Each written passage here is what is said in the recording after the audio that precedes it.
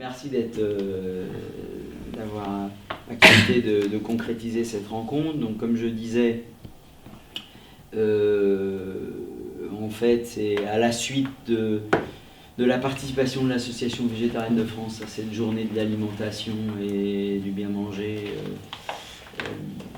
organisée par le journal de l'Insoumission à Lons-le-Saunier le 6 octobre 2018 que j'ai pu rencontrer à nouveau Élodie cet hiver ou à l'automne, je ne me rappelle plus, le temps passe si vite. Au-delà d'engagements isolés des uns et des autres qui avaient une sensibilité à la fois à l'alimentation végétarienne et végétale et à la fois aux questions liées à l'élevage et aux conditions animales, c'était non seulement présent dans la société, mais il fallait qu'on soit aveugle pour ne pas se rendre compte que le mouvement de la France Insoumise, dans le contexte des élections de 2017, avait été très investi par des gens conscients que les modèles d'alimentation et d'agriculture ne pouvaient pas continuer comme ils fonctionnaient à l'heure actuelle. La France Insoumise, elle est devenue ce que les gens en ont fait. Puisque, je le disais avant que tu arrives, Élodie, on cherche à faire de la culture commune avec les citoyens et, a fortiori, avec les insoumis qui sont sur la plateforme. Et donc, ce n'est pas un fonctionnement qui vient à la verticale parce que sorti de quelques têtes d'œufs. Donc, du coup, nous pensons que nous sommes bien à l'image nous reflétons le fait que dans la société, il se passe quelque chose et que les lignes ont bougé. Et qu'elle bouge quotidiennement. Et dans notre mouvement, c'est très très présent. Autant je le dis, je suis pour tenir à distance les lobbies qui défendent des intérêts particuliers et des intérêts privés, autant s'il faut retenir les associations et les ONG comme des lobbyistes dans le vocabulaire de l'Union européenne, bon, dont acte, à ce moment-là, je vais assumer que avec les associations, les syndicats et les ONG, nous devons absolument avoir des combats communs ou des communications permanentes parce que vous œuvrez à l'intérêt général humain et écologique. Qu'est-ce que c'est que l'Association végétarienne de France? Alors, c'est une association qui existe depuis bientôt 25 ans. C'est une association qui se positionne sur toutes les raisons d'aller vers une alimentation différente. Ces raisons étant l'éthique, et en particulier l'éthique animale, l'écologie et la santé. Donc on est positionné sur toutes ces thématiques-là. On est une association qui a un positionnement aussi vegan que possible. Qu'est-ce que ça veut dire? Ça veut dire que si on propose des contenus, si on propose des outils d'analyse, des recettes, des ateliers, toutes sortes de choses, ce sera toujours vegan. Mais dans une perspective pragmatique, par exemple, on labellise une partie de la carte qui est servie dans les TGV, on va mettre en valeur à la fois les contenus végétariens et véganes. On essaie de faire changer la loi pour que les enfants puissent manger végétarien dans les écoles, ce sera végétarien et autant que possible végétalien. Voilà, donc on essaie d'être dans cette position. Historiquement, on était une association qui était vraiment sur l'information au grand public, l'information et la sensibilisation et l'accompagnement. Donc on faisait par exemple, on a une revue qui existe depuis un certain temps. On a toujours produit des fiches nutrition par exemple qui sont très, très scientifiques, qui s'appuient sur des sources fiables. On a toujours produit aussi des analyses ou des synthèses sur l'impact écologique de l'alimentation par exemple. Et puis on offre tout un accompagnement, notamment en région avec nos délégations. Donc ça peut passer par des conférences, des pique-niques, des repas conviviaux. Voilà, l'idée historiquement c'était un peu de soutenir la communauté végétarienne. Depuis quelques années, on se professionnalise et on essaie vraiment d'actionner les bons leviers. Alors c'est quoi les bons leviers? C'est pas seulement parler au grand public, parce que si vous vous adressez au grand public, vous allez convaincre une personne. Mais par exemple, si vous parlez à la responsable des achats du TGV, des voitures-bars, vous allez toucher potentiellement tous les gens qui vont prendre le TGV. si vous vous adressez à un médecin, à des médecins, vous allez toucher peut-être toute la patientèle des médecins, et encore mieux si vous vous adressez aux gens qui forment les médecins. Voilà, donc notre activité actuelle, c'est donc toujours le grand public, toujours la production de synthèse scientifique, avec notamment 2 commissions d'expertise, une commission nutrition santé, dont fait partie Sébastien, et une commission écologie. Mais c'est aussi l'accompagnement des entreprises, donc ça c'est un aspect important, avec la labellisation des produits, avec le V-Label européen, et puis toute une démarche aussi pour aider les entreprises agroalimentaires, mais aussi les petites entreprises véganes, par exemple, bio, à aller vers des produits végétariens et véganes. Donc ça veut dire qu'on fait de la mise en relation, par exemple, entre des fournisseurs et des producteurs. Ça veut dire qu'on a envie de valoriser, par exemple, les chaînes de restauration qui proposent les meilleures offres végétariennes. Et puis actuellement, il y a déjà en France, dans les rayons des magasins bio, des supermarchés, à peu près 1000 produits qui ont été labellisés vegan ou végétariens par l'AVF. Un autre levier qu'on actionne depuis, disons, 2-3 ans, c'est le levier politique.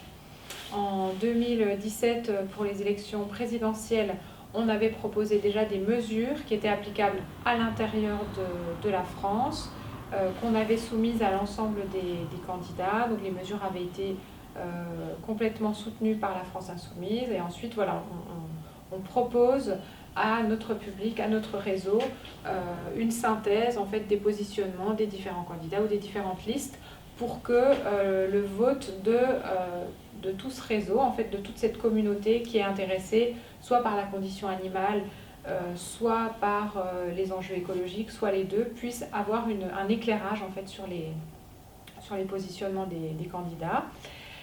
Et puis dernier levier qu'on actionne depuis à peu près 1 an et demi, enfin qui a aussi une dimension de plaidoyer politique, c'est le levier cantine, restauration collective. Sarah en dira un petit peu plus. C'est un levier extraordinairement efficace pour faire changer le modèle alimentaire concrètement à l'échelle d'un pays, déjà parce que ça a beaucoup d'impact, et puis parce que si on s'adresse aux enfants, par exemple, ils peuvent être prescripteurs. Voilà, donc ça c'est pour l'association en général. Donc on essaie d'être aussi radical que possible, enfin l'association essaie d'être aussi radicale que possible et aussi pragmatique que nécessaire. On a un positionnement qui est vraiment en faveur du bio, en faveur des petites structures agricoles. Et donc nous, notre monde idéal, c'est un monde où on arrête d'exploiter les animaux, mais où on peut produire d'autres choses sur les territoires ruraux, en bio, aller vers des productions végétales durables, c'est vraiment le modèle qu'on a envie de soutenir. Donc on n'a pas du tout envie d'être dans une opposition avec toutes les questions de ruralité, d'emploi rural. Au contraire, on essaie vraiment de développer des outils qui vont dans le sens d'un modèle finalement qui est bon pour tout le monde. Voilà, donc il y a un élément qu'on souhaite creuser, explorer dans les prochaines années, c'est la question de l'agriculture végane, c'est-à-dire la possibilité de produire sans recourir à des intrants d'origine animale. Pour l'instant, c'est un peu balbutiant, mais c'est un thème qui nous intéresse beaucoup. Sur les grands enjeux qui se posent, et notamment l'enjeu climatique, il faut toujours partir de l'idée que se nourrir avec des protéines d'origine animale, c'est extraordinairement coûteux. C'est toujours beaucoup plus coûteux que se nourrir avec des protéines ou des calories d'origine végétale. Déjà parce qu'il faut en général soit produire de la nourriture pour les animaux qu'on va manger, soit leur mettre à disposition des pâturages. Donc dans tous les cas, en fait, on a un accaparement de l'espace agricole par l'élevage qui est très important. Sur Terre actuellement, 75% des terres agricoles sont occupées directement ou indirectement par l'élevage. Il y a tout ce qui va avec en termes de... Excusez-moi, le pourcentage? Alors le pourcentage des terres, 75%. 75% des terres agricoles sur Terre, c'est pour l'élevage. Donc les conséquences, c'est que indirectement et directement, l'élevage utilise beaucoup d'eau, beaucoup de ressources de carburants fossiles par exemple. Une autre conséquence très préoccupante, c'est la question des émissions de gaz à effet de serre. Donc, vous avez peut-être vu les différents chiffres, il il y a eu différentes estimations historiques. L'estimation la plus récente qu'on a mise sur notre tract climat pour la manif du 16 mars, ce serait 18%. Voilà. Jusqu'à récemment, on était tous d'accord sur le chiffre de la FAO, 14,5%. Visiblement, ça a été revu à la hausse, donc on est autour de 18%. Et ce qu'il faut savoir, c'est que dans les modèles où on décide, par exemple, on imagine, voilà, il s'agit de modèles heuristiques, par exemple, d'enlever l'élevage, non seulement on enlève ces 18% d'émissions de gaz à effet de serre, mais en plus, on crée des puits de carbone, c'est-à-dire qu'on peut capter du carbone en recréant, par exemple, des forêts. Et la conséquence, c'est que ça permettrait d'économie, enfin ce serait l'équivalent d'une réduction de 28%, si je ne me trompe pas, je vérifie tout de suite. Oui, c'est ça, voilà. Donc c'est mieux que simplement annuler ces émissions. Voilà, donc ça c'est à notre avis un élément très important. Dans une perspective d'urgence climatique, d'urgence écologique, nous on revendique vraiment que la question de l'alimentation, elle soit prise au sérieux. C'est une question très importante. Ce qu'on met en avant aussi, c'est que l'élevage intensif, il a un très lourd impact en termes de souffrance animale, en termes par exemple de déforestation, puisqu'on fait pousser du soja intensif en Amérique du Sud pour nourrir le bétail européen. Mais en fait, l'élevage extensif a aussi un poids très important et l'élevage extensif n'est pas nécessairement une solution. L'élevage extensif n'est pas nécessairement meilleur quand on se préoccupe simplement des émissions de gaz à effet de serre. Il y a un certain nombre de raisons. L'une des raisons, c'est que les animaux qui vivent plus longtemps, finalement, ils ont plus le temps d'émettre du méthane dans l'atmosphère. Il y a aussi des éléments sur la ration alimentaire. Les animaux qui consomment de l'herbe émettent a priori, selon certaines études, plus de gaz à effet de serre, plus de méthane que les animaux qui sont nourris avec du maïs, par exemple. Voilà, on est conscient que c'est une question compliquée, qu'il faut raisonner en termes de transition, et évidemment qu'il y a des élevages qui sont pires que les autres, mais c'est très important de revendiquer une réduction globale de la production animale et de la consommation animale à l'échelle d'un État comme la France. C'est ce qu'on propose par exemple dans nos mesures pour les européennes et que vous avez soutenu. Pour nous, on ne peut pas toujours dire on veut diviser par 4 ou par 5 les émissions de gaz à effet de serre et on va continuer à prendre plus l'avion, manger plus de viande, avoir des plus grosses voitures. C'est juste pas possible en fait. Donc ces objectifs par exemple de réduction des gaz à effet de serre, il faut qu'ils puissent être déclinés aux productions qui sont les plus polluantes. La viande, les produits laitiers, ce sont des productions qui sont particulièrement émettrices de gaz à effet de serre. Et donc c'est important qu'on décide en tant que société d'une réduction. C'est important qu'on travaille tous ensemble. Ça veut dire que peut-être qu'il faut encourager les jeunes entrants dans le milieu de l'agriculture à s'orienter vers des productions végétales. Ça veut dire qu'il faut accompagner la reconversion et on pense vraiment qu'on ne peut pas faire l'impasse de tout ça. Peut-être je vais citer simplement un chiffre. Vous avez vu passer peut-être le rapport qui se demandait comment faire à l'échelle de la France pour ne pas dépasser 1,5 degré de réchauffement moyen. Ce qui était proposé, c'était une réduction de la consommation de viande de plus de 70% en 10 ans. Donc c'est quand même quelque chose de considérable. Et c'est basé sur des calculs. Donc on ne peut pas simplement dire oui, il y aurait d'un côté le bon élevage, d'un autre le mauvais élevage. On mange beaucoup trop de produits animaux. Et donc nous, ce qu'on se propose, c'est de réfléchir aux moyens à travers toutes sortes de politiques, de la restauration collective, politique de santé, politique éducative, politique agricole, politique économique, d'accompagner cette transition. Donc effectivement, concernant l'aspect santé, il y a quand même un consensus qui s'établit de plus en plus sur le fait qu'on mange trop de viande, trop de produits d'origine animale. On fustige souvent en fait, au niveau des protéines, en sachant que c'est pas un problème en soi dans un pays comme la France. Les scientifiques là-dessus sont très clairs, il n'y a pas de carence en protéines hors pathologie dans un pays comme la France, quel que soit le régime alimentaire, qu'il soit classique, végétarien ou végétalien. Et au contraire, on a vraiment montré que les protéines végétales étaient, le repas à base de protéines végétales était même meilleur pour la santé. C'est vrai qu'on est quand même vraiment dans un pays où on a vraiment peur des carences, qu'alors on meurt beaucoup de nos excès. Il faut savoir qu'on a actuellement une épidémie des maladies non transmissibles qui est bien pointée par l'OMS, c'est-à-dire tout ce qui est maladies cardiovasculaires, les AVC, l'infarctus du myocarde, tout ce qui est diabète, tout ce qui est cancer, et qui sont en grande partie, pas en totalité, mais en grande partie quand même liées à notre alimentation. Et on a là vraiment un levier très important. Il faut savoir que c'est à la fois des coûts financiers, ces types de pathologies, mais un coût humain aussi, en termes de qualité de vie, qui peuvent être très importants. Et l'OMS définit bien, du coup, dans le cadre de la santé, qu'on ne peut pas prendre la santé humaine séparément de l'environnement, séparément de la condition animale, pour plein de raisons. Parce que l'environnement, on en est dépendant aussi. Il y a une interaction qui nous permet de vivre dans des bonnes conditions ou pas, en fonction de plein de choses. Qualité de l'air, qualité de l'eau, des choses comme ça. La condition animale, parce qu'on sait bien que le regroupement d'animaux favorise en fait certaines épidémies, qu'on retrouve après au niveau humain. Favorise aussi au niveau de l'antibiorésistance, qui est un vrai problème qui est pointé du doigt par l'OMS actuellement, où on se rend compte qu'à un moment donné, dans la course aux antibiotiques et aux bactéries, on n'est pas sûr de gagner si on continue à ce rythme-là. 2/3 des antibiotiques sont utilisés pour le monde animal, il faut quand même s'en rendre compte. Donc le levier est vraiment important à ce niveau-là. Et donc en termes de santé publique, l'alimentation est vraiment au cœur de notre santé. Et une alimentation où il y a qui est trop riche en protéines animales, qui est trop riche en graisse animale aussi, c'est une alimentation qui pose problème.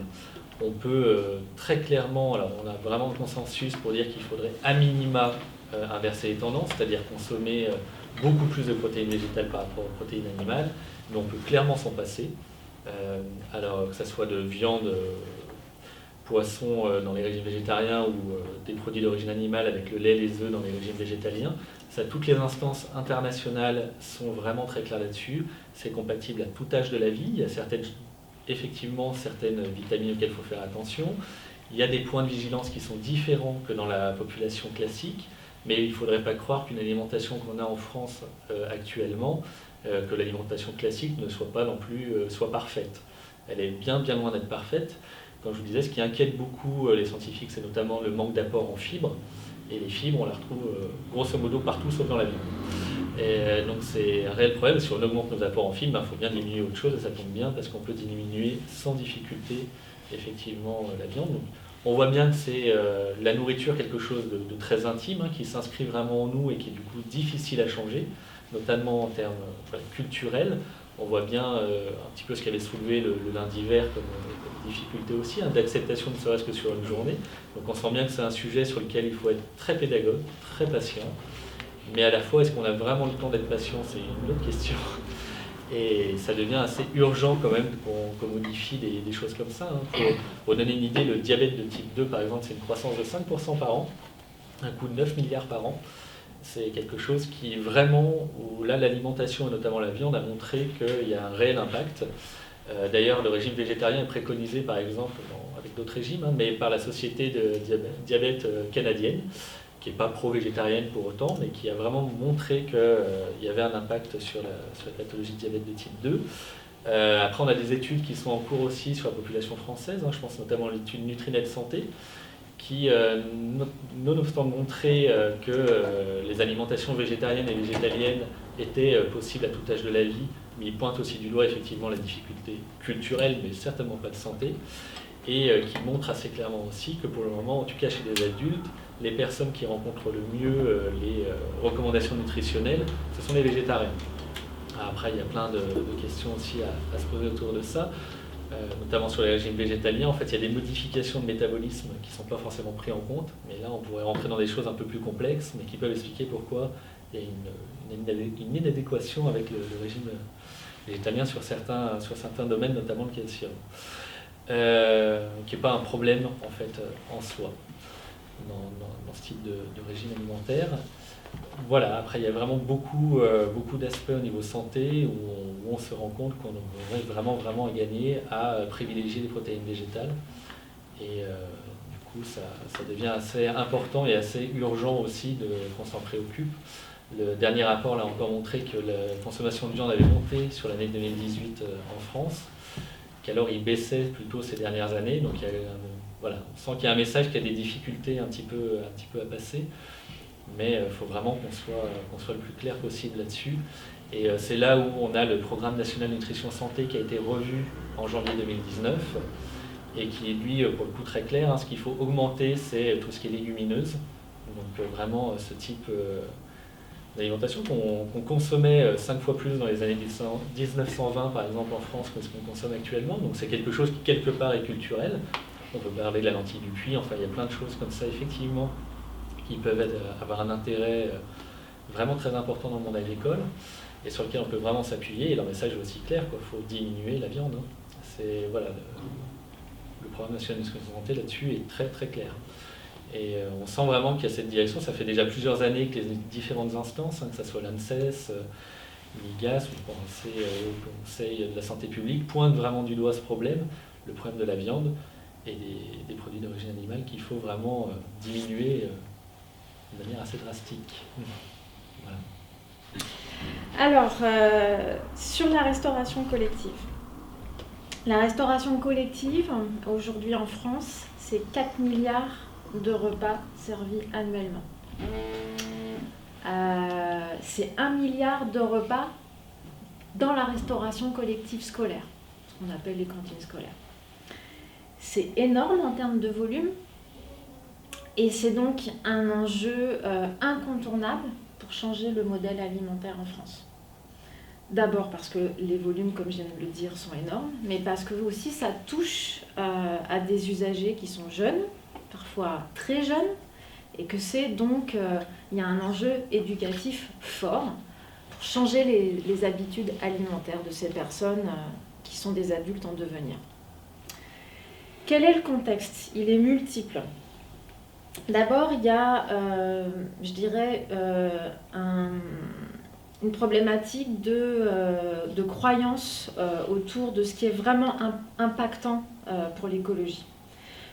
Un certain nombre d'acteurs de la restauration collective, je dirais même nombreux, pensent que le meilleur moyen pour lutter contre le réchauffement climatique, et notamment les gaz à effet de serre dans la restauration collective, c'est de proposer en priorité du bio, voire du local, voire du saisonnier. Or, c'est un levier bien moins puissant que de proposer moins de viande. Si vous proposez un menu végétarien par semaine dans la restauration scolaire, vous allez diminuer d'un coup de 15% les gaz à effet de serre. Combien ? Un repas, vous avez dit ? De 15%, la totalité de la production des gaz à effet de serre dans cette cantine. Quand vous allez proposer un repas bio, local, de saison, on descend à 2%. Donc il n'y a pas photo. Aujourd'hui, si on veut lutter contre le réchauffement climatique, il faut en priorité agir sur la consommation de produits carnés et de produits animaux dans les cantines, dans la restauration collective en général et en particulier dans la restauration scolaire. Et ça, il n'y a plus de doute à avoir. Et j'ajoute, comme on a très peu de temps, que tous les chiffres que je vous donne et toutes les références, je peux ensuite vous envoyer par mail toutes les références et les études avec les chiffres précis. Donc, il faut déjà, il faut avoir conscience qu'un des enjeux, c'est changer les mentalités des acteurs, ceux qui travaillent dans la restauration collective, et leur faire comprendre que la viande et les produits carnés, et le poisson et les produits laitiers, c'est le levier qu'il faut actionner en premier. Ça ne veut pas dire qu'il faut se dispenser d'actionner les leviers bio, local, de saison, pas du tout. Mais il faut mettre toute son énergie d'abord dans une moindre consommation de viande. Et il n'y a vraiment pas photo en termes de chiffres. Ça, c'est le contexte, on va dire, croyance populaire. La deuxième chose, c'est qu'on a un contexte légal. Jusqu'à encore très très peu de temps, l'arrêté qui pilotait la restauration collective, c'était ce qu'on appelle l'arrêté 2011 de la qualité, qualité nutritionnelle dans la restauration collective. Cet arrêté, pour des raisons que je ne vais pas expliquer ici, qui sont au départ des bonnes raisons, dans le contexte passé. Cet arrêté, il obligeait la restauration collective à servir certains aliments à une certaine fréquence avec un certain type de grammage.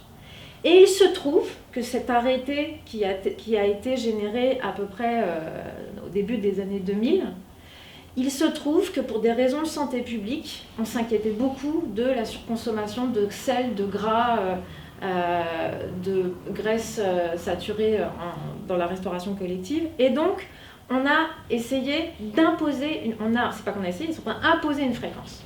Et il se trouve qu'on a imposé une fréquence de consommation des produits carnés, des produits de poisson, des produits laitiers et des œufs. Il y a une fréquence qui était imposée et on ne pouvait pas aller en deçà de cette fréquence. Ce qui finalement, cet arrêté sans le vouloir, a gêné la mise en place de menus végétariens, puisqu'il se trouve que dans ces produits imposés, il y a la viande et le poisson et les œufs et le lait. Très récemment, ce contexte légal a changé. Et c'est une bombe. Et je pense qu'il y a beaucoup de gens, beaucoup d'acteurs de la restauration collective, beaucoup d'usagers et beaucoup d'élus qui ne se rendent pas compte que la loi qui vient d'être votée en octobre dernier dans le cadre du projet de loi Egalim est énorme, va avoir un impact qui est encore difficile à mesurer, mais qu'on n'avait pas vu venir, parce que nous, AVF, on n'avait pas vu venir le vote de cette loi, et je pense que personne ne l'avait vu venir. C'est la loi dite Cazbonne, un amendement qui dit, et je vous enverrai le texte précis, qu'à partir du 1er novembre 2019, dans toutes les cantines scolaires, publiques et privées, on devra servir au moins une fois par semaine à tous les usagers un menu végétarien ou végétalien. Vous avez bien entendu. Il faut bien s'attarder sur les mots « au moins », parce que qui dit « au moins » dit « au plus ». Enfin, dit que ça peut être plus, quoi. Voilà, ça suggère que ça peut être plus et que ça peut être un maximum, on peut être à 100%. Et il faut bien sûr entendre que ces menus peuvent être à base de protéines végétales. On est dans une période de transition légale où il n'y a pas de décret d'application. Je vais vous en reparler après. Et pour l'instant, les acteurs de terrain, il va falloir qu'ils fassent avec cet amendement en attendant un éventuel décret d'application.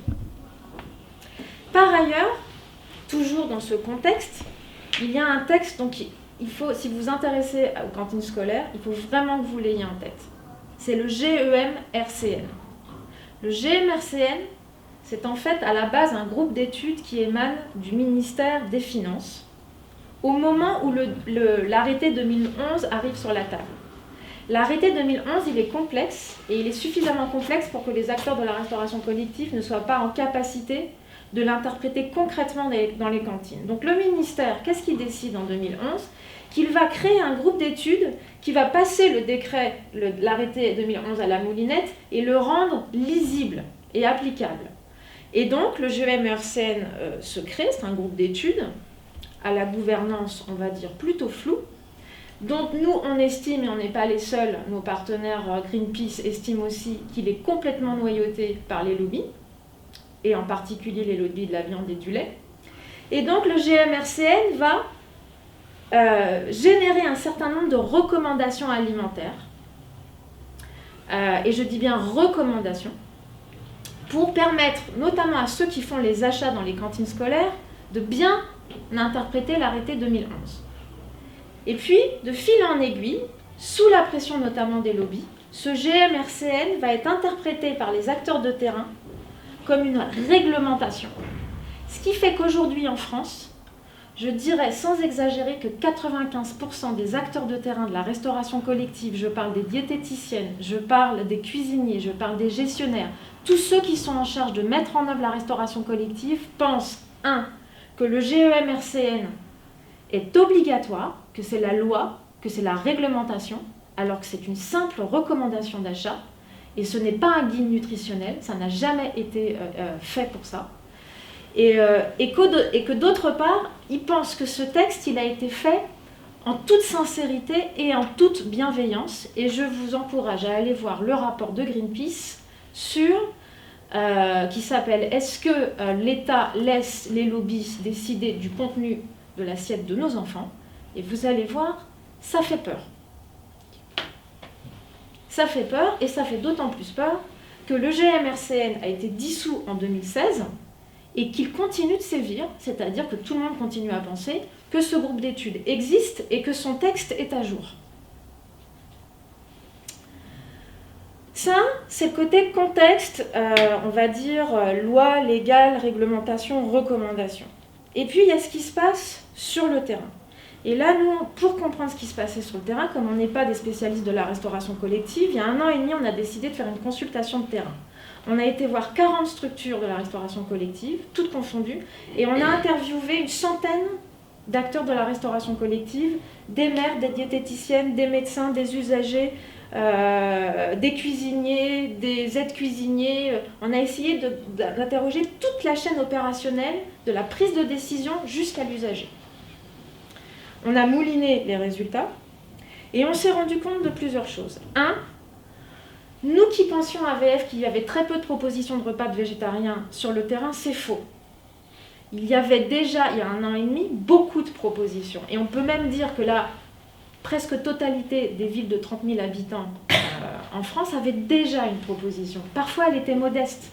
Mais ce qu'on peut dire, c'est qu'il y a 1 an et demi, le menu végétarien, il était déjà rentré dans les mœurs de la restauration collective.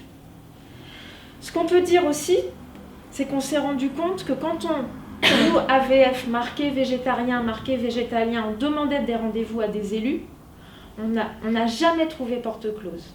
Non seulement toutes les portes se sont ouvertes, mais les élus ont pris beaucoup de temps avec moi pour m'expliquer qu'ils étaient majoritairement très favorables à l'introduction des menus végétariens, mais qu'ils rencontraient des difficultés logistiques, techniques et parfois des freins psychologiques, vous le disiez tout à l'heure, au sein de leurs équipes. Ce qu'on a vu aussi, c'est que pourquoi les élus étaient en train de bouger, c'est ça que moi j'ai essayé de comprendre. Pourquoi ils bougeaient? Est-ce qu'ils avaient vraiment la fibre écolo, tous ces gens? Il faut savoir que on ne peut pas dire que les menus végétariens, c'est l'apanage de la gauche, du centre ou de la droite. Hein. C'est transpartisan. C'est en train d'arriver dans toutes les villes, quelle que soit leur couleur politique.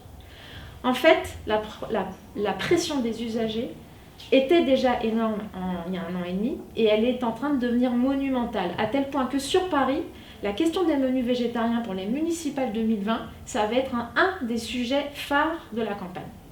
Et que vous ne le savez peut-être pas encore parce que ça ne se voit pas, mais que les arrondissements parisiens sont entrés en rivalité sur ce sujet.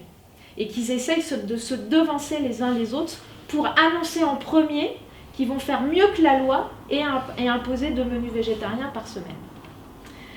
Donc, la pression des usagers, comment on peut la chiffrer? Peut-être que vous vous posez la question, combien il y a de végétariens dans tout ça, combien on est de végétaliens en France. Comme je dis souvent, les chiffres, il faut les prendre avec des pincettes, parce qu'aujourd'hui, les études, elles sont, pour des raisons de terminologie et de méthodologie, à mon avis, pas très bien faites. Mais on peut estimer qu'au mieux, en France, au mieux, il y a 5% de végétariens. Entre 3 et 5. Qu'il y a moins d'1% de végétaliens véganes. Donc c'est une petite communauté. Et c'est une petite communauté qui, pour l'instant, chez les usagers de la restauration collective, a peu de pouvoir. Et peu mobilisé finalement. Mais attention, il faut regarder dans le détail. Chez les lycéens, on n'est plus du tout sur ces chiffres-là.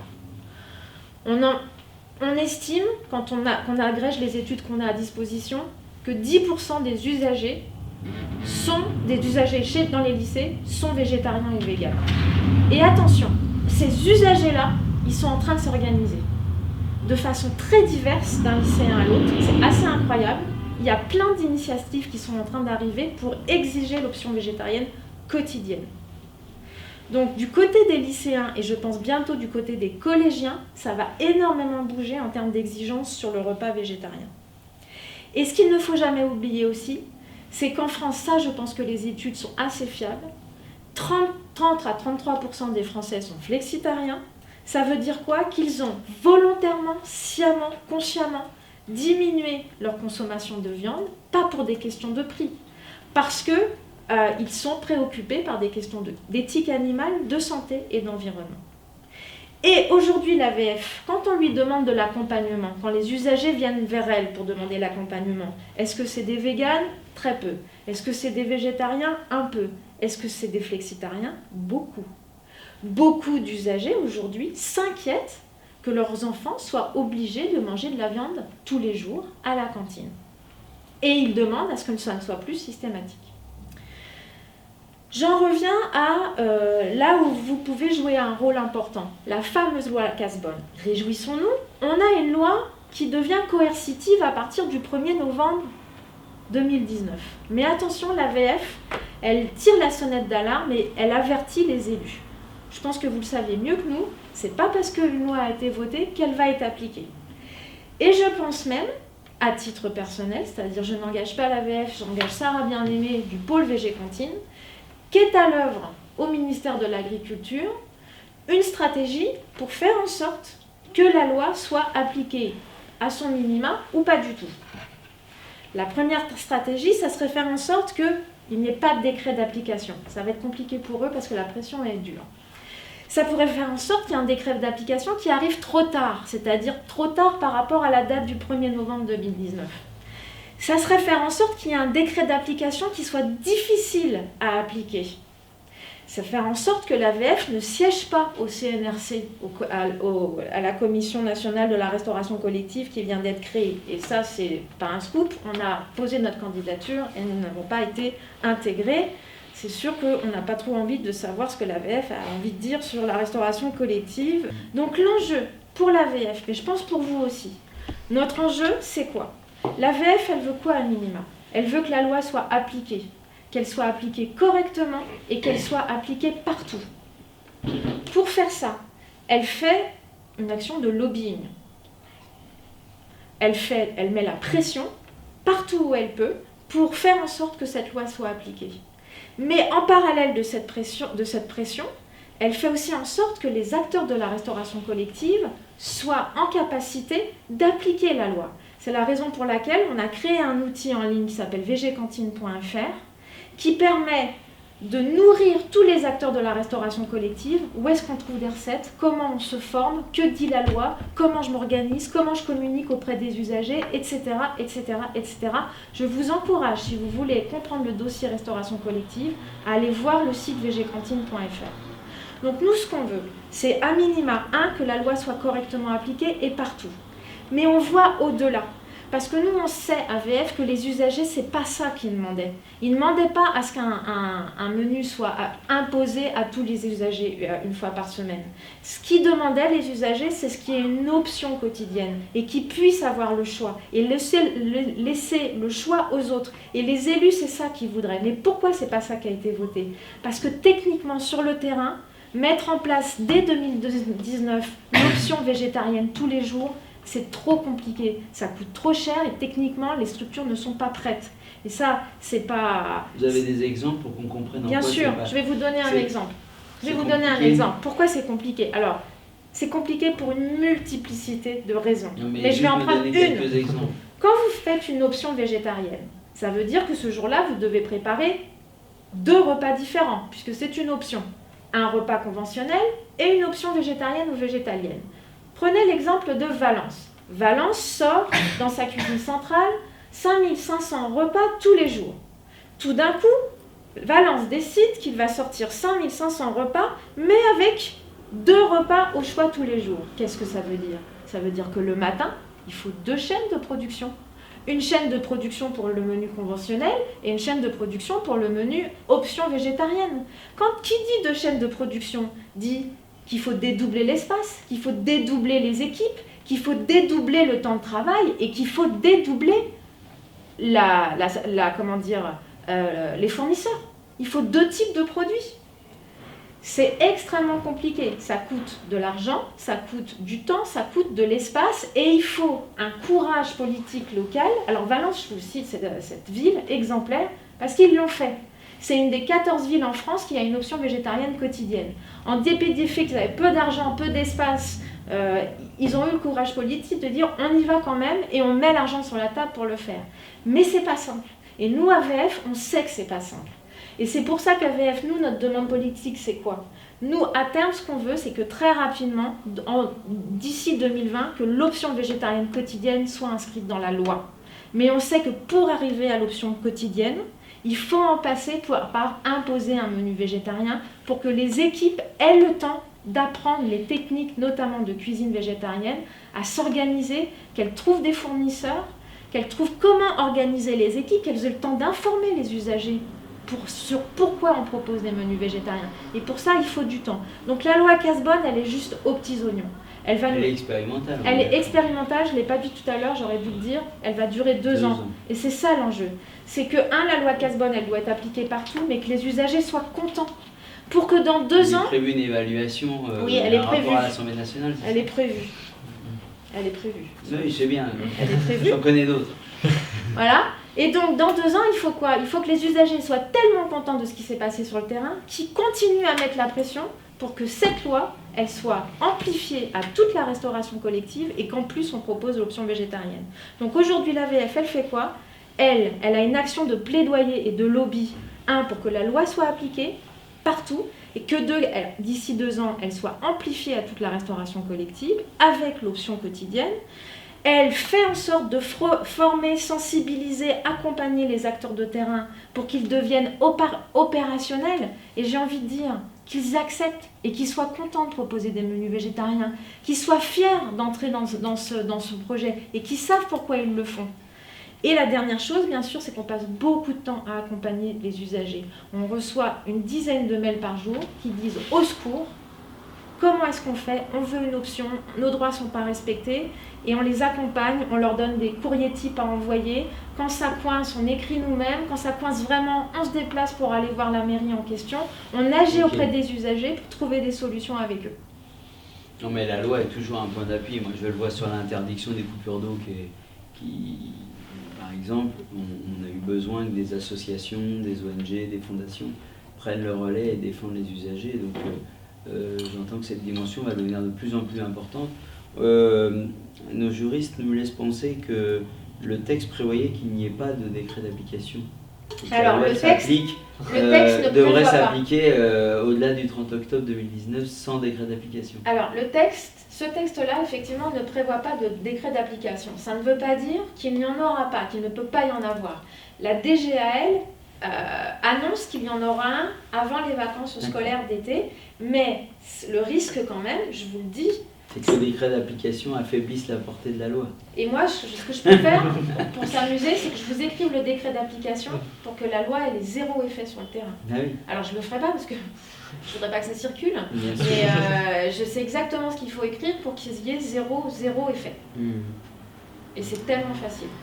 Mais comme cette mesure était noyée dans la globalité de la copie définitive en matière d'agriculture et d'alimentation, les députés insoumis ont voté contre le texte global, alors qu'ils pouvaient être favorables à cette mesure particulière. Pour qu'on mesure bien que c'était malheureusement pas un texte législatif sur ce point uniquement, et que cette mesure était à l'intérieur de la politique globale du gouvernement. Ça nous a même pas traversé l'esprit. Enfin, vraiment. Par contre, ce que je pense, c'est qu'à l'avenir, sur ces questions-là, où nous, on a une bonne expertise, il faut qu'on soit en contact.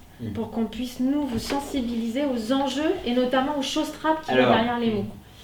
Moi, j'avais plusieurs questions, mais mes camarades en ont sûrement aussi. Quand vous avez parlé de la notion de V-label, etc., vous avez pris l'exemple des TGV, peut-être là nous dire, en fait, dans cette relation avec la labellisation, jusqu'où aujourd'hui l'AVF est reconnue et entendu, écouté pour faire avancer ces labels. Peut-être que Élodie t'est passé un peu vite et pas pris toute la mesure de ce que cela représentait comme opportunité pour vous.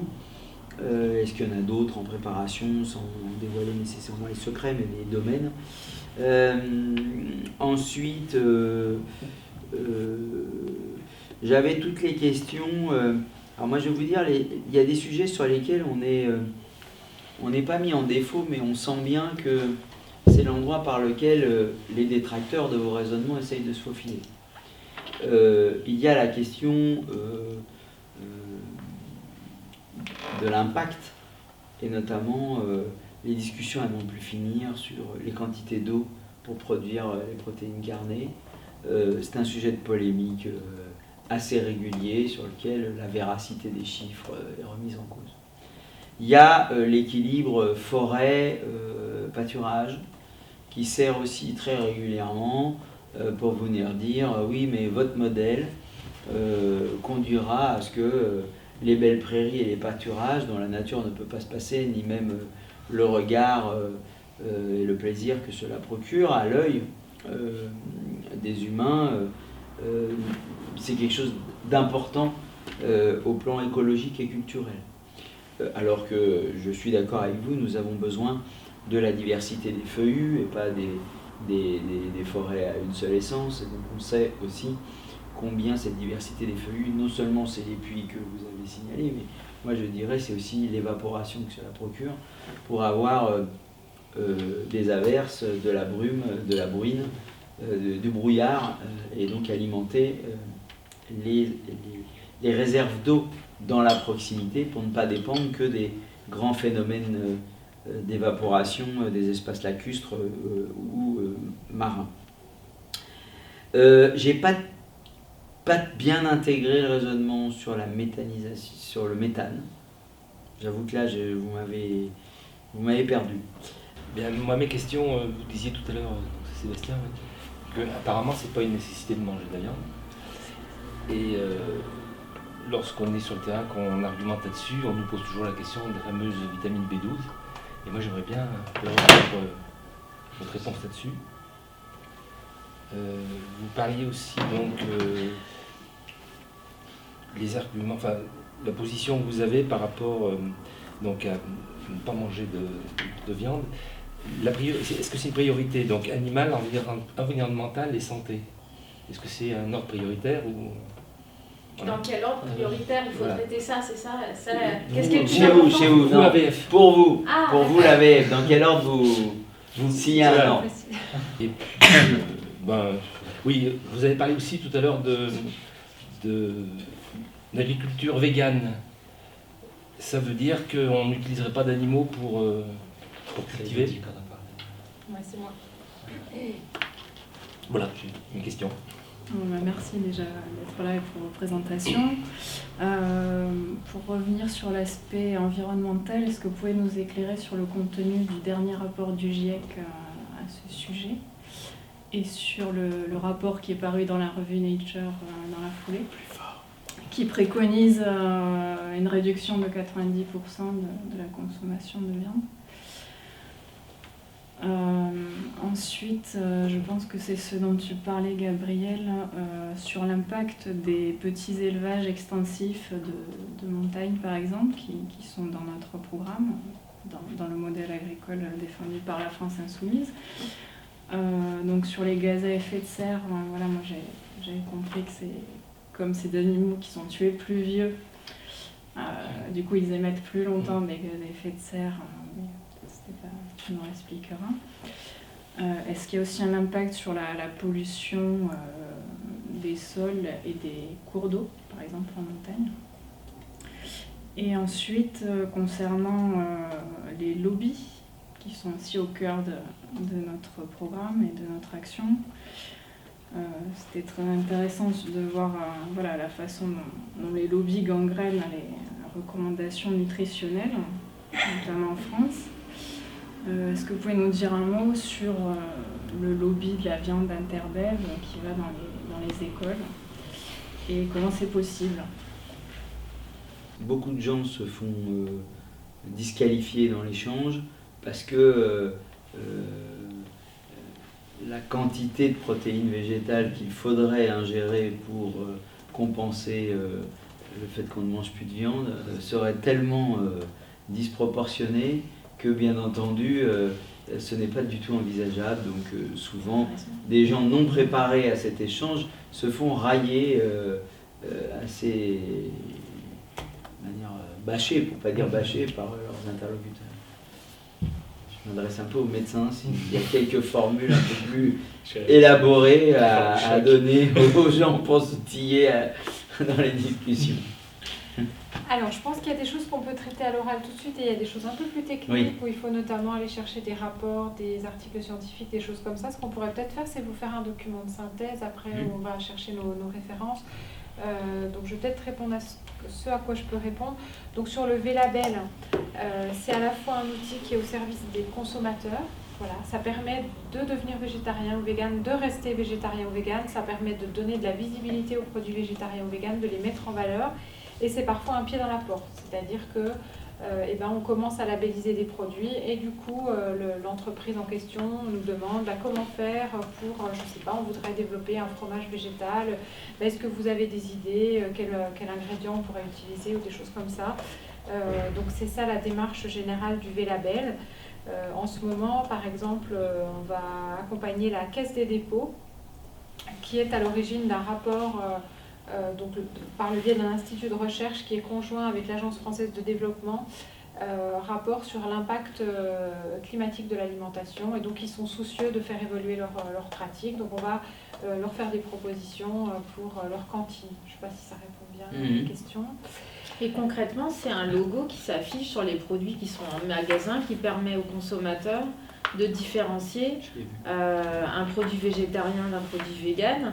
Et tout simplement, quand on fait ses courses, plutôt que d'avoir à lire des dizaines d'étiquettes jusqu'à trouver le bon produit, on sait qu'avec le logo, on sait en fait que l'AVF aura vérifié la fiche technique recette du produit et qu'on sait qu'il n'y aura soit aucun produit viande ou poisson ou aucun produit d'origine animale tout court. Et tout à l'heure, vous disiez, vous avez donné un nombre de produits qui aujourd'hui ont ce label. Voilà. D'accord.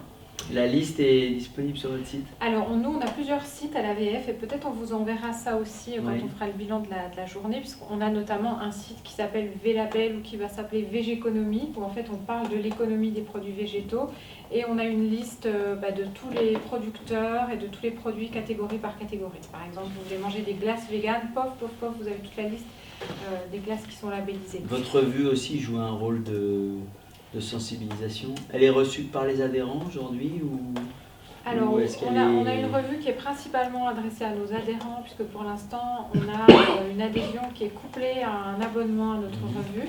La revue est en train de changer de formule, elle va être découplée de l'adhésion, elle va changer de nom, elle va s'appeler Virage, on parle de virage de société, et on aura un dossier sur le lait dans le prochain numéro qui pourra vous intéresser. Mais du coup, elle va se vendre en kiosque Dans un premier temps, elle ne va pas se vendre en kiosque parce que c'est très coûteux en termes d'impression. Mais on va essayer d'étoffer en tout cas le réseau de distribution et de pouvoir la distribuer notamment dans les magasins bio, dans les magasins véganes, voilà, dans des points de vente spécialisés. Alors, il y a beaucoup de questions sur l'écologie. Peut-être sur le méthane, ce que j'ai évoqué, c'était le fait que les gaz digestifs des vaches qui sont nourries à l'herbe, en fait, sont émis en plus grande quantité que quand elles sont nourries au grain. C'est contre-intuitif, c'est quelque chose qu'on ne sait pas forcément. C'est lié tout simplement au métabolisme digestif des animaux. On évoque ça dans notre rapport Élevage et Climat qui a été publié en 2015. Voilà, tout ça c'est très compliqué, hein, les estimations, les estimations de bilan carbone par exemple, qui reposent sur des analyses de cycle de vie, ça dépend toujours du périmètre qu'on considère. Évidemment que dans l'élevage intensif, il faut considérer aussi la déforestation, qui a conduit à l'exploitation de surface pour produire du soja, pour nourrir les animaux. Donc ça, bien sûr, ça n'est pas présent dans l'élevage extensif, mais dans certaines études, on considère qu'on a détruit des tourbières, par exemple, en Allemagne. Donc c'est un rapport issu de l'association Foodwatch qui met en évidence que du coup, tout ça, ça a eu aussi des conséquences climatiques. Donc peut-être que sur ce point très très technique, on détaillera tout ça sur un document, mais l'idée vraiment, c'est que l'élevage extensif n'est pas une panacée, en tout cas sur le plan climatique. Et même au contraire, il peut y avoir des élevages complètement industriels qui vont mettre en valeur de la méthanisation, par exemple, et qui vont se présenter comme plus vertueux sur le plan climatique. Sur l'eau, c'est pareil, en fait, c'est compliqué. Quand on considère l'empreinte hydrique d'un aliment, il y a plusieurs types d'eau qui sont utilisées, donc l'eau bleue, l'eau verte, l'eau grise. Donc en gros, c'est l'eau qui tombe à travers la pluie, l'eau qui est consommée par les animaux, l'eau qui est utilisée dans les processus industriels. Tout ça, c'est controversé, ça dépend de quel indicateur on choisit, mais ce qu'il faut savoir, c'est quand même que si plutôt que de faire un steak, on fait un steak de soja, et ben, de toute façon, l'empreinte hydrique est divisée, je crois, par 30 ou quelque chose comme ça. Donc de toute façon, voilà, il faut comparer, je pense, ce qui est comparable, mais c'est vrai que les valeurs absolues, du genre 15 000 litres d'eau pour 1 kg de bœuf, c'est pas forcément totalement... J'ai envie de rajouter quelque chose, parce que c'est vraiment quelque chose qu'on vous reproche sur le terrain. Il y a quelque chose que moi je trouve quand même très intéressant, c'est qu'effectivement ce qui fait grincer des dents, c'est ce chiffre de 15 500 litres d'eau nécessaire pour produire 1 kg de bœuf. Et il y a un certain nombre de scientifiques qui ont dit mais cette étude, elle prend aussi en compte l'évaporation, c'est n'importe quoi. Bon, imaginons que la méthodologie n'ait pas été bonne. Mais ce qui est intéressant, c'est que finalement, quand on prend n'importe quelle étude qui s'intéresse au coût en termes d'eau pour produire 1 kg de bœuf ou 1 kg de soja, ce qui est intéressant, c'est la proportion entre les deux. Quelle qu'ait été la méthodologie, c'est de comparer quand on produit 1 kg de carottes ou 1 kg de bœuf, 1 kg de soja et 1 kg de bœuf, 1 kg de lentilles. Et bien, voilà, le rapport, il est comme ça. Et ce qui est intéressant, c'est la proportion. C'est effectivement pas forcément le chiffre de 15 500, c'est la différence. C'est comme dans d'autres domaines, on regarde la dynamique dans les enquêtes d'opinion et pas le chiffre. Oui. Toujours sur l'écologie. Alors, le dernier rapport du GIEC, je ne crois pas qu'il était prescriptif en matière d'agriculture, mais il faudrait que j'aille voir dans les détails. Ce qu'il faut comprendre, c'est que les exigences qui sont posées pour qu'on puisse rester en dessous d'un plafond de 1,5 degré, elles sont absolument, enfin, à des années-lumière des trajectoires dans lesquelles on se trouve, c'est-à-dire qu'il s'agirait non seulement d'arriver à des émissions nulles, mais ensuite d'avoir même des émissions négatives. L'article de la revue Nature, c'était un article qui était dirigé par Marco Springman, qui est un chercheur qui a déjà publié sur globalement les scénarios agricoles et qu'est-ce qui se passerait si on allait vers un scénario vegan. Le message principal, c'était qu'à l'échelle des pays industrialisés, il fallait diviser par 10 notre consommation de viande pour arriver à un modèle agricole qui soit soutenable écologiquement. Sur la question de la pollution des élevages extensifs, c'est très compliqué parce que ça dépend où. C'est vraiment c'est très difficile de faire des affirmations généralistes sur ce sujet-là, mais moi par exemple je viens du Doubs, c'est une région rurale où il y a beaucoup de vaches pour la production laitière et il y a une grande pollution des cours d'eau parce qu'il y a des épandages de fumier par exemple qui ont des conséquences en termes de pollution des sols. Ce serait quoi un monde où il y aurait moins de production animale ? Ce serait peut-être un monde où il y aurait plus de forêts, effectivement. C'est vrai.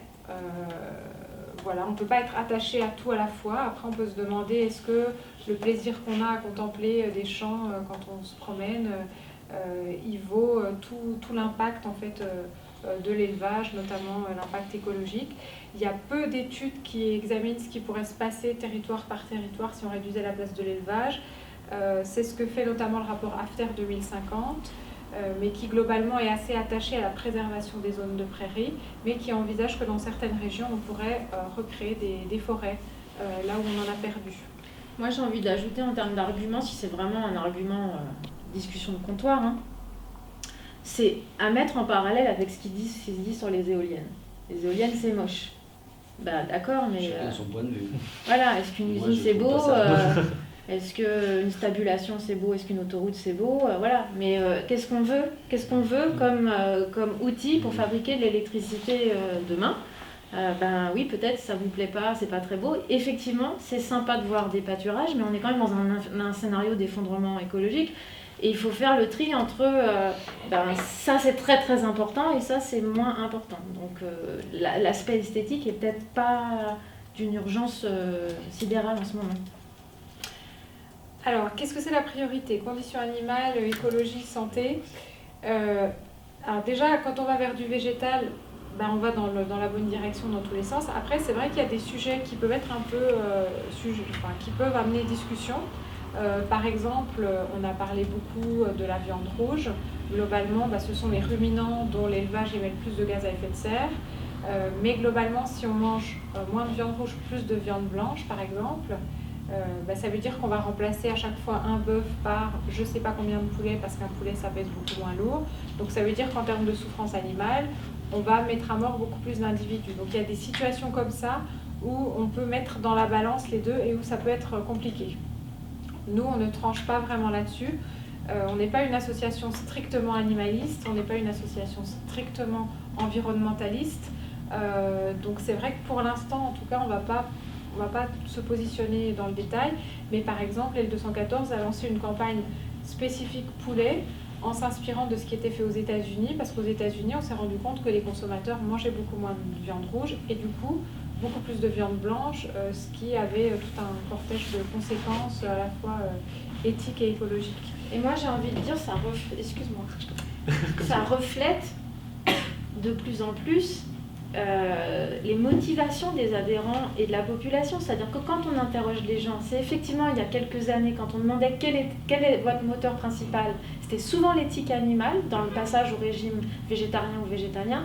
Aujourd'hui, quand on interroge les gens, arrive à égalité la santé, la planète et l'éthique animale. Et ça, c'est intéressant. Et la santé est bien placée maintenant. Mais ce que j'allais dire, et ce qui est intéressant en fait quand on parlait de priorité entre animal, environnement, santé, finalement c'est ce que reprend un peu l'OMS dans ce qu'elle définit en fait pour la santé, ce qu'elle appelle One Health, c'est-à-dire toutes les conditions pour la santé. Il faut la santé publique, animale et environnementale. On a énormément de chance, les trois vont dans le même sens. C'est-à-dire qu'effectivement, si on diminue notre consommation de viande, c'est mieux pour la santé. Et de protéines animales, donc même la viande blanche, c'est vraiment l'origine des protéines qui est intéressante.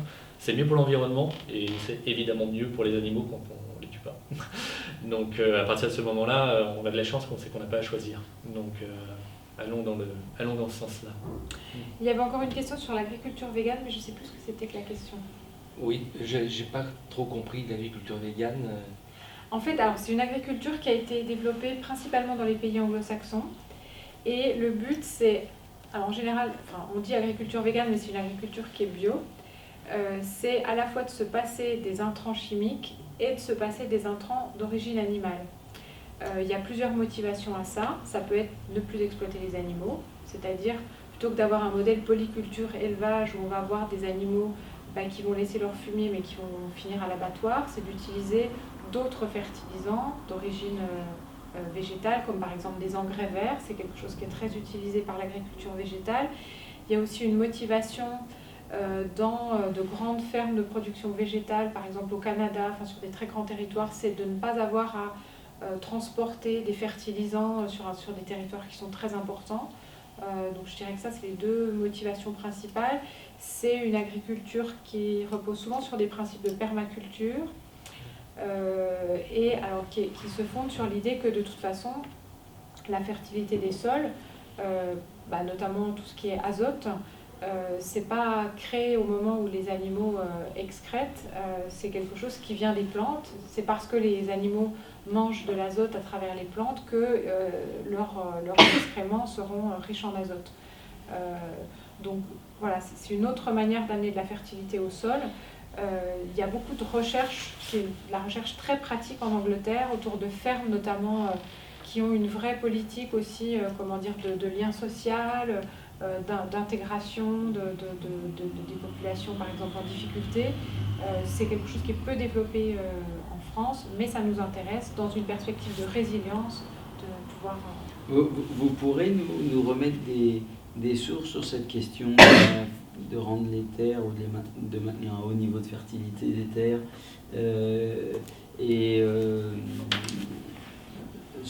sans justement l'apport des excréments animaux? Oui, alors on se forme, donc on ne va pas non plus... mais on est notamment en lien avec un agronome belge qui propose des formations, peut-être même qu'on peut envisager quelque chose ensemble. D'accord. Rapidement, alors Oui. pas une nécessité de manger de la viande, oui, et la vitamine B12. En fait, il faut bien avoir conscience que la richesse en vitamine B12 de la viande et du lait actuellement, c'est principalement parce que leur alimentation est enrichie, parce que leur alimentation n'a plus rien de naturel. La grande majorité de la vitamine B12 qui est produite d'ailleurs est à destination de l'élevage, hein. La consommation humaine est assez faible par rapport à ça. Et on fait souvent du coup un appel à la nature en disant ça, c'est-à-dire en disant bah, c'est pas naturel parce qu'il faut supplémenter. Mais ce qui est surtout par nature pour l'être humain, c'est d'enrichir son alimentation. On le fait depuis qu'on est capable de le faire en fait, depuis qu'on a compris comment ça fonctionne, on enrichit notre alimentation.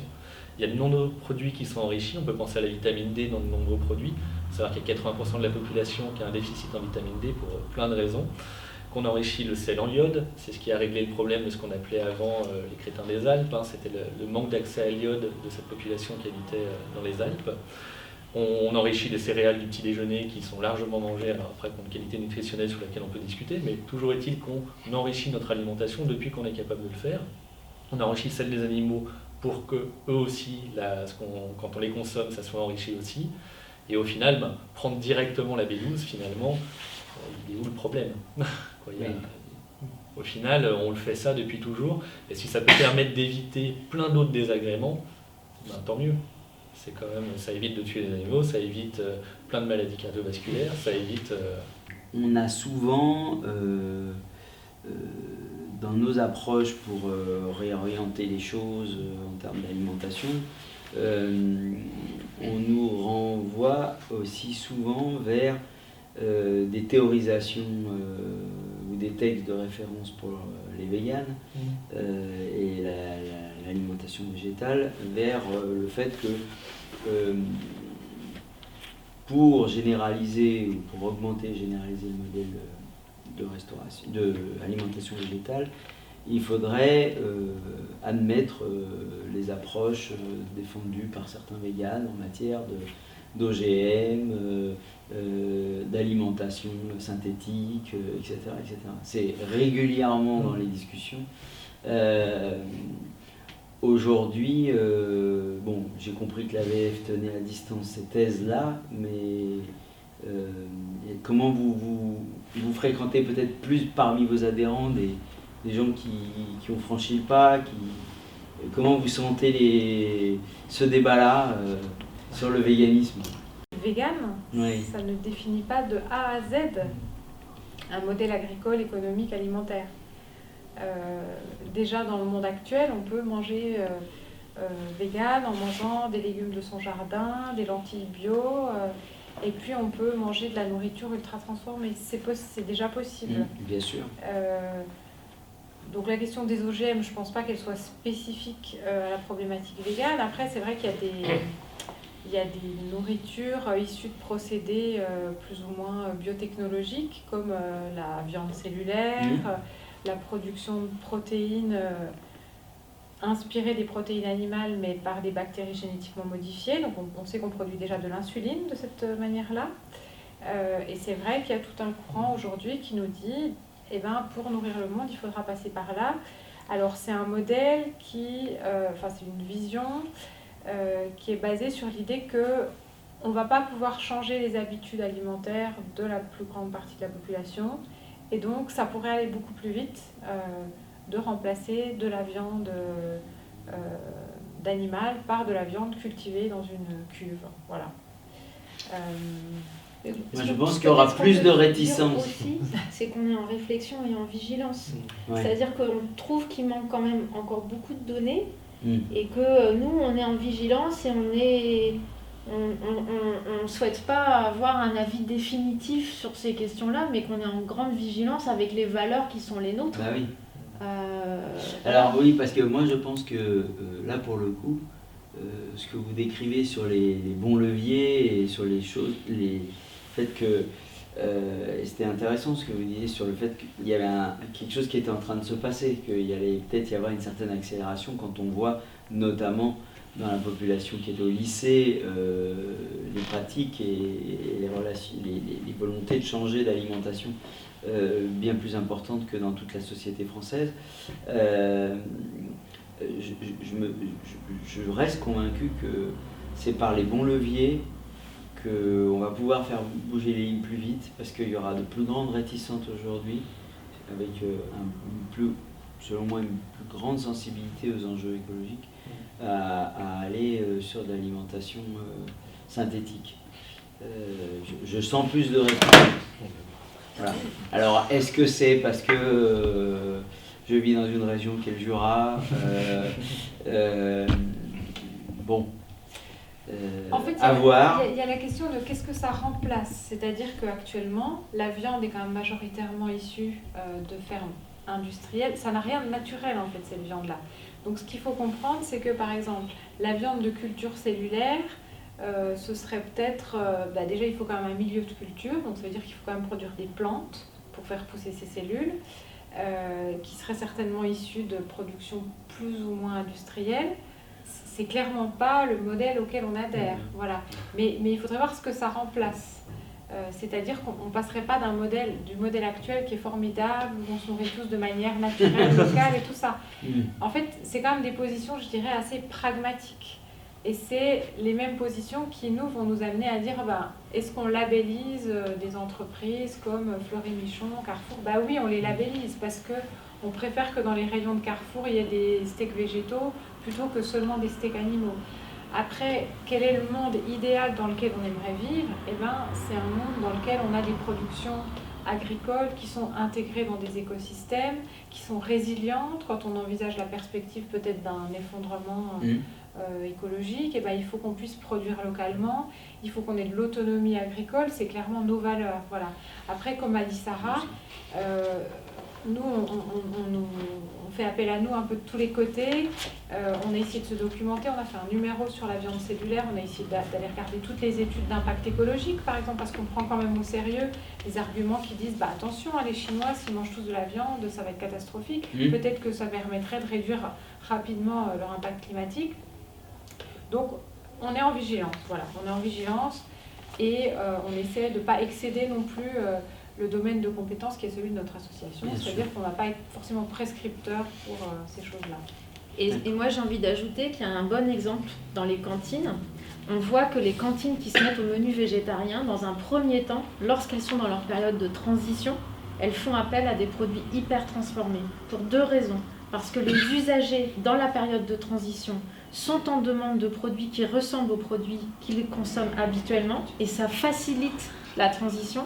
Et la deuxième chose, c'est que les cuisiniers ne sont pas capables encore aujourd'hui de cuisiner de la cuisine végétale à base de protéines végétales brutes, et que ça les aide, en attendant de se former, de faire appel à des produits transformés. Je me permets quand même de dire que du coup c'est parfois un peu pas très agréable à manger. Non, et c'est pour ça que nous on agit énormément en faveur de la qualité. C'est pour ça qu'on a vraiment des actions sur les travailler les légumes, les légumineuses et les légumes racines notamment à partir de la matière brute, à mon avis, nous fera avancer beaucoup plus vite. C'est un gros enjeu. C'est un gros enjeu. Dans la tête des enfants notamment. Je réponds juste simplement à 2 questions que vous aviez encore posées. Par rapport au lobby, je vais prendre un exemple très simple qui est le lobby des produits laitiers.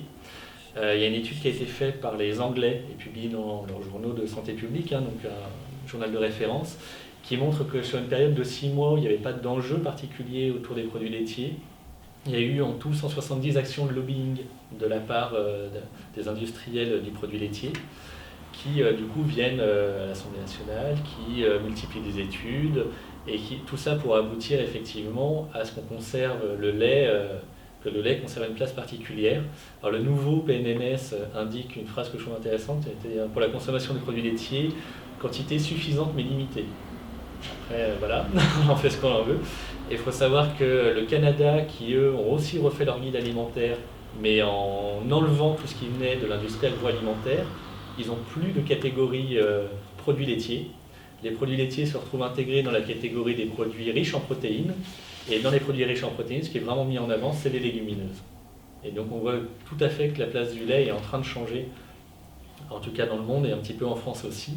Par rapport à la quantité de protéines végétales qui serait énorme par rapport aux protéines animales, c'est vraiment une représentation qui est assez étonnante. Il faut savoir qu'en France, que ce soit les alimentations classiques, végétariennes ou végétaliennes, on est déjà supérieur en fait, au minimum recommandé en apport protéique.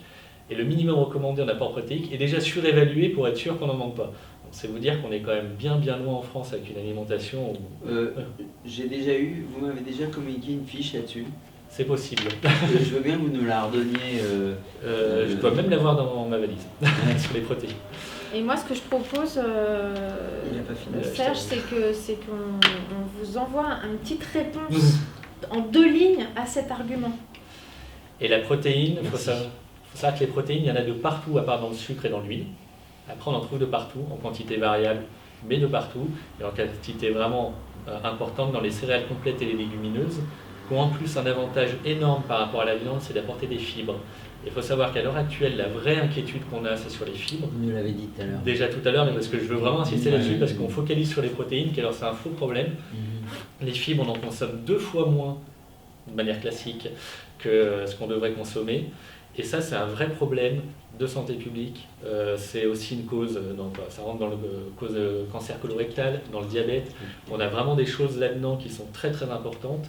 Et c'est là où il faut vraiment se rendre compte que la viande, voilà, oui, il y a des protéines dedans, mais et alors quoi, il y a plein de choses qu'il n'y a pas dedans et qu'on peut vraiment trouver ailleurs. Et c'est vraiment important de casser cette représentation-là de l'alimentation qui sera basée sur la viande. Et je reviens pour le coup sur les lobbies Interbev. Ah voilà, parce que j'allais dire, il y avait la question précise de Carole. Interbev, c'est un budget pour le lobbying compris entre 20 et 30 millions d'euros, pour vous donner une idée. Donc c'est juste pour les actions de lobbying, hein, voilà. Et qui interviennent effectivement dans les écoles, qui font du coup de l'éducation à l'alimentation, où très clairement ils mettent plat principal, c'est la viande, et comment on construit autour. Et donc ça, dans le travail des représentations, ils font j'allais dire des dégâts, mais oui, parce que je trouve que c'est un dégât énorme en fait dans la représentation qu'on a de l'alimentation. Et ça, c'est quelque chose qui est très très dommageable. Et malheureusement, je ne sais pas comment effectivement lutter.